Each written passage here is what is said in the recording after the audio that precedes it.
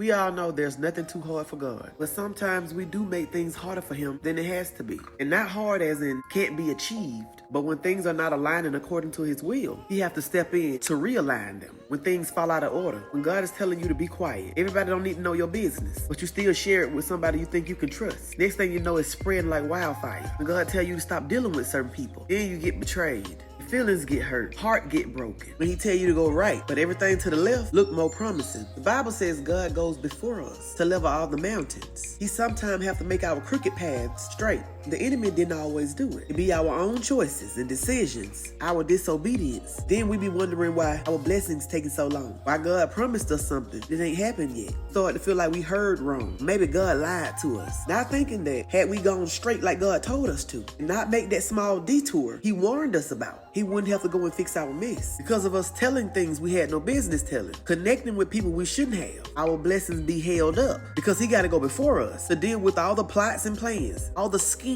of the enemy, because he now know your every move. He know your weaknesses. He know how easily tempted you are. He know a lot of the people, places, and things he can use to distract you. And because of how weak you are pertaining to these distractions, you know you're going to eventually start doubting God. Because once you become pulled off course, it takes longer for you to get to your destiny. Imagine you got a package in your mailbox and you know it's rewarding, but before you get there, you hear your ex walking around in your backyard. Now you go back there trying to figure out what they doing. Now after they held you up for like 30 minutes with their shenanigans, you leave out the gate, headed back to the mailbox. Now your favorite neighbor stop you, telling you all the tea about the other neighbors. And it's so juicy, you here for it. An hour passed and you still ain't made it to the mailbox. Then one of your friends call you, telling you if you take them somewhere, you can make some money real quick. Now you find yourself back in the house getting ready. Completely forgot about the package in the mailbox. What could have took 5 minutes took you over 12 hours. And distractions don't have to just be physical. It can also be mental. It can be things you see and things you haven't seen. The only reason the Israelites wandered 40 years before they got to the promise, that package in the mailbox, is because of distractions from what they didn't see.